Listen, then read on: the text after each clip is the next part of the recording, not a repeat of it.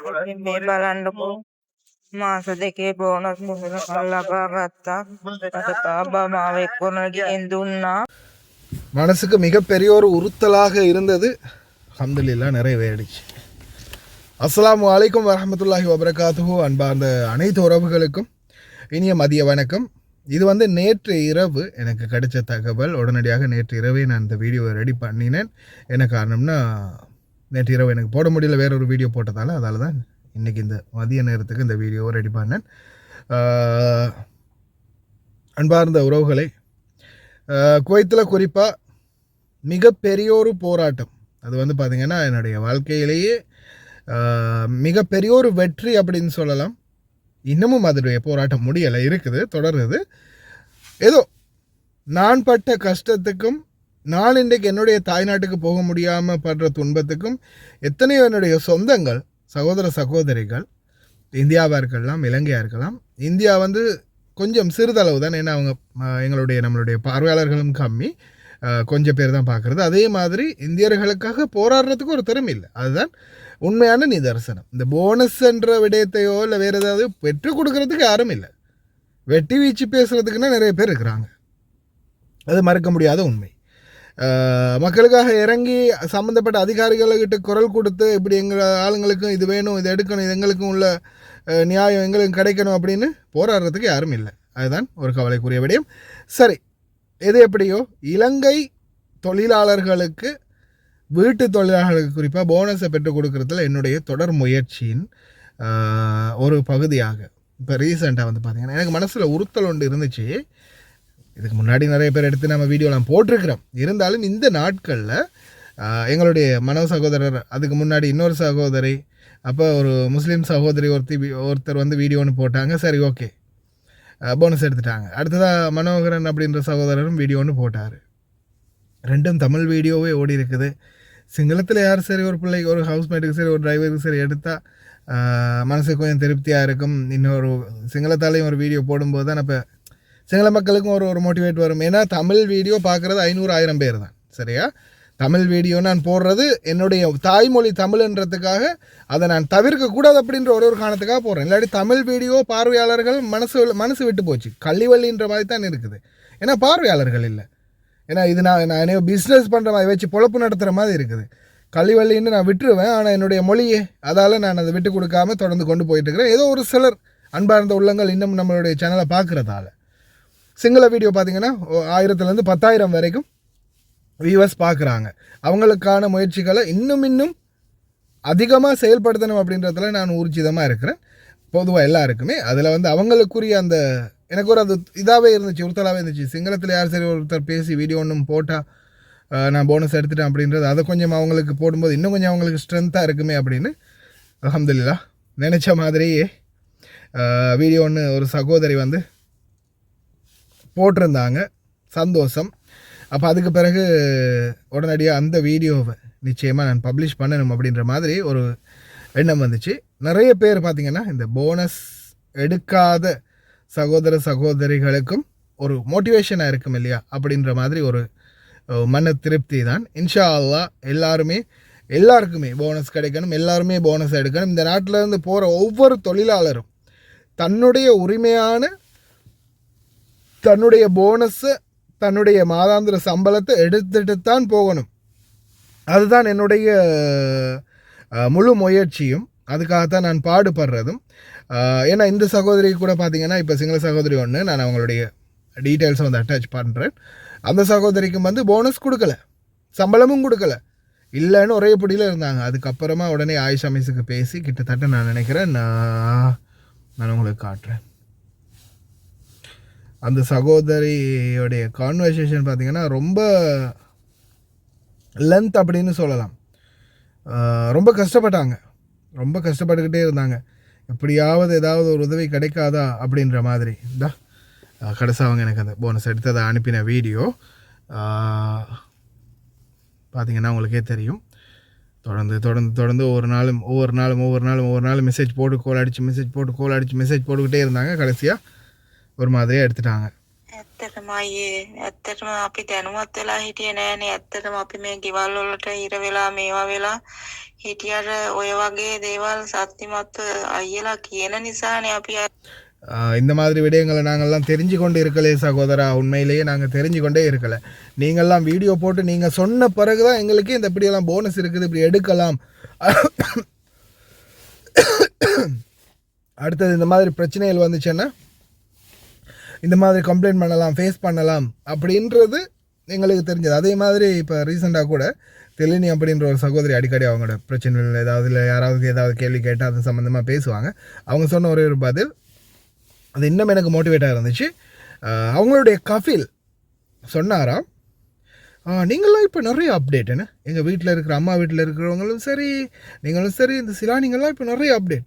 உனக்கு தெரியுமா, முன்னாடி நான் கணக்கான வயசு எங்கள் வீட்டு சிலானி ஹத்தாம தான் எங்கள் வீட்டில் தொடர்ந்து நாங்கள் எடுத்தது. முன்னாடி இருந்தவங்கள்லாம் எதுவுமே தெரியாது, எல்லாமே நெட்டு தான் வந்து கேட்பாங்க, அது இது செய்வாங்க, ஃபோனில் எதுவும் தெரியாதனாலும் வந்து கேட்பாங்க, இல்லை சில விஷயங்களும் வந்து கேட்பாங்க. இப்போது எங்களுக்கு நீங்கள் செய்தி சொல்கிறீங்க, நாளைக்கு காற்று வருது, நாளைக்கு மழை வருது, நாளைக்கு தூசி காற்று வருது, நாளைக்கு அப்படி வருது இப்படி வருது, இந்த அங்கே இது அந்த பிரச்சனை, அந்த ரோடு மூடி இருக்கான், இந்த ரோடு மூடி இருக்கான் அப்படின்லாம் நீங்கள் சொல்லும்போது எனக்கு யோசனை, என்னடா நம்மளுக்கே தெரியாத குவைத்து குடிமகனாக இவங்களுக்கு தெரிஞ்சிருக்குது அப்படின்னு. அதுக்கப்புறமா அந்த சகோதரி என்னுடைய நியூஸ் எல்லாம் போட்டு காட்டி அவங்க சொன்னாங்க, இப்படி எங்களுக்கு ஒவ்வொரு நாளும் டெய்லி அப்டேட் தான் இருந்த சகோதரர் அப்படின்னு சொல்ல, மாஷா அல்லா தமாம் நல்ல அப்படியெல்லாம் கிடைக்குதுன்னு. அதுதானே பார்த்து என்னடா இப்போ உங்களுக்கெல்லாம் புதுசாக அறிவு வந்திருக்குது அப்படின்ற மாதிரி அவர் நக்கல் மாதிரி சொன்னாராம்.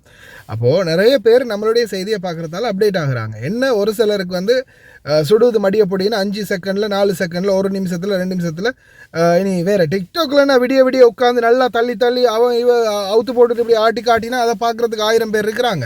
ஆனால் நல்ல செய்திகளை நம்ம தெளிவாக மக்களுக்கு புரிகிற மாதிரி எடுத்து சொன்னால் அது அவங்களுக்கு டைம் வேஸ்ட், ரொம்ப வேஸ்ட், டைம் லேட் ஆகுது, சீக்கிரமாக பேசி முடி, சுருக்கமாக பேசி முடி அப்படின்னு சொல்லுவாங்க. அதை பற்றி நான் டென்ஷன் எடுத்துக்கிறதே இல்லை. இப்போ தமிழ் வீடியோவில் வரக்கூடிய எதிர்ப்பான கருத்துக்களை நான் கணக்கு எடுக்கிறதே இல்லை. ஏன்னா தமிழ் வீடியோ பார்க்குறதே கொஞ்சம் பேர், சரி பார்க்குறவங்களுக்காக நம்ம வீடியோ போடுவோம், அவ்வளவுதான். ஏன்னா இது ஒரு மன விரக்தியில் சொல்கிறது தான். ஏன்னா எனக்கு நாட்டுக்கு போக முடியாமல் வழக்கில் சிக்கி எத்தனையோ பிரச்சனைகளில் சிக்கி குவைத்துகளை எதிர்த்து எத்தனையோ விடயங்களில், ஏன் இன்றைக்கு இலங்கை தூதரகத்தில் சரியா, இன்றைக்கி இலங்கை தூதரகத்தில் முன்னாடி இருந்த தூதுவர்லேருந்து எத்தனையோ அதிகாரிகள் மாற்றப்பட்டாங்க, புதிய அதிகாரிகள் வந்தாங்க.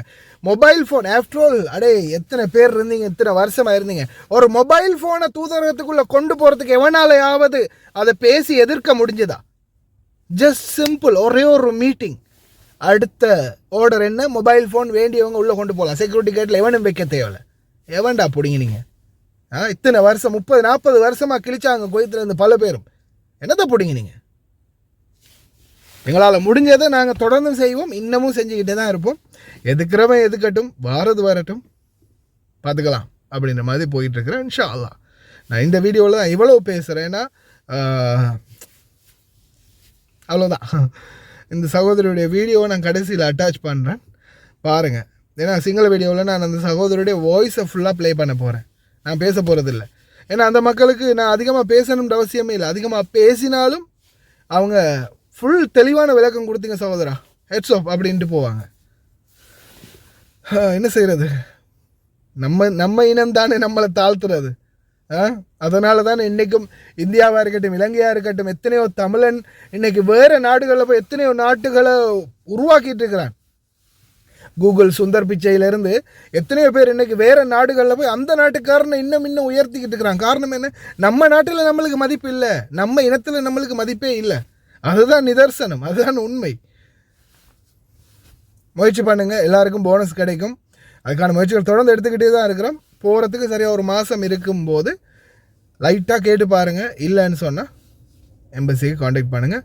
இது இலங்கையர்களுக்கு பாசிபிலிட்டி, எம்பசியோட பேசலாம். ஆனால் இந்திய தூதரகம் வந்து தெரியலை அவங்களுடைய ஸ்ட்ரென்த் என்ன, அவங்க எந்த மாதிரி ஹவுஸ்மேட்டோட டிரைவரோட ஹேண்டில் பண்ணுறாங்க, எந்த மாதிரி அவங்க எடுத்து கொடுக்குறாங்களா இல்லையான்னு கூட தெரியலை. ஆனால் நிறைய இந்தியர்கள் என்னுடைய வீடியோ பார்க்கக்கூடிய சகோதரர்கள் சிலரும் எடுத்திருக்காங்க. நான் உங்களுக்கு ஆல்ரெடி வீடியோ நிறைய போட்டுக்கிறேன்.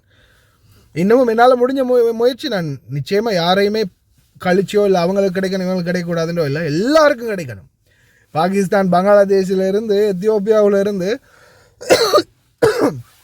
நேபாள் வரைக்கும் கிடைக்கணும், எல்லா தொழிலும் கிடைக்கணும்னு தான் முயற்சி. பார்ப்போம் இன்ஷா அல்லாஹ். ஒஃபிஷியல் அனௌன்ஸ்மெண்ட் உண்டு, இந்த குவைத்துடைய செய்திகளில் வெளிவரணும். அது வரைக்கும் என்னுடைய போராட்டம் தொடர்ந்துக்கிட்டே இருக்கும். ரொம்ப நன்றி அந்த மெசேஜ் போட்ட சகோதரி. மற்றும் இதுக்கு முன்னாடியெல்லாம் எனக்கு போனஸ் எடுத்துகிட்டு சத்தம் இல்லாமல் ஓகே எடுத்துட்டோம்ப்பா சக்ஸஸ் அப்படின்னு போகாமல் நம்ம அதை காட்டி கொடுத்த வழிமுறையில் எடுத்தோம் அப்படின்ற அந்த ஒரு நன்றி கடனுக்காக நம்மளுக்கு அந்த ரிப்ளையாக ஒரு வீடியோ சரி போட்டாங்களே, அந்த வீடியோ போடுறேன் பாருங்கள். பெஸ்ட் ஆஃப் லக் எல்லாருக்கும் கிடைக்கணும் அப்படின்னு நானும் துவா செய்கிறேன்.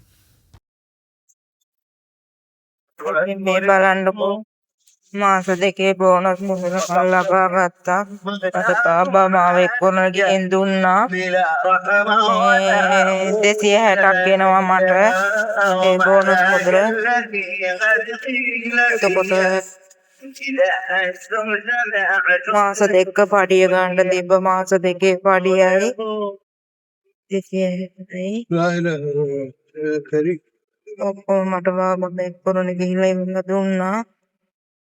ඔයාලට මේ කියන්න තියෙන්නේ ඔයාලත් මේක ලබා ගන්න කියලා මහන්සි වෙන්න තමන් උපරිම මහන්සි වෙන්න ඕනේ. මම මාස දෙකක් තිස්සේ මහන්සිලා තමයි මේ ලබා ගත්තේ. පැහැදිලි මදි ඇති මම වාහනේ යන ගමන් මේ වීඩියෝ එක කරන්නේ. මේ මොකද මම යන බැංකුවට සල්ලි දාමු කිව්ව එකකින්දා අවුරුදු දෙකක් මහන්සිලා අපිට ලැබෙන්න තියෙන මුදල තමයි මේ ලබා ගත්තේ. ඇත්තටම මම ගොඩක් බයෙන් හිටියේ මට දෙන්න නැති වෙයි කියලා. මොකද මාස දෙකම මට පඩිය දුන්නෙත් නැහැ. මේ ඒකින්ද ඔක්කොම එකවර දුන්නා මට. කිසිම ප්‍රශ්නයක් වුණේ නැහැ. බය වෙන්න එපා හැමෝම ඉතින් ලබා ගන්න මේක.